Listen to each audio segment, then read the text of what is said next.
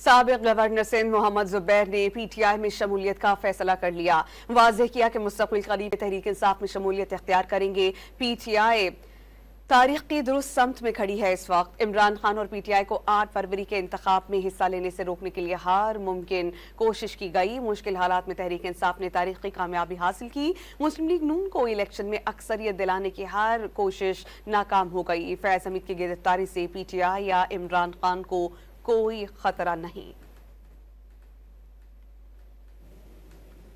سابق گورنر سندھ محمد زبیر نے P T I میں شمولیت کا فیصلہ کر لیا۔ واضح کیا کہ مستقبل قریب تحریک انصاف میں شمولیت اختیار کریں گے۔ پی ٹی آئی تاریخ کی درست سمت میں کھڑی ہے۔ اس وقت عمران خان اور پی ٹی آئی کو 8 فروری کے انتخاب میں حصہ لینے سے روکنے کے لیے ہر ممکن کوشش کی گئی۔ مشکل حالات میں تحریک انصاف نے تاریخی کامیابی حاصل کی۔ مسلم لیگ نون کو الیکشن میں اکثریت دلانے کی ہر کوشش ناکام ہو گئی۔ فیض حمید کی گرفتاری سے پی ٹی آئی یا عمران خان کو کوئی خطرہ نہیں۔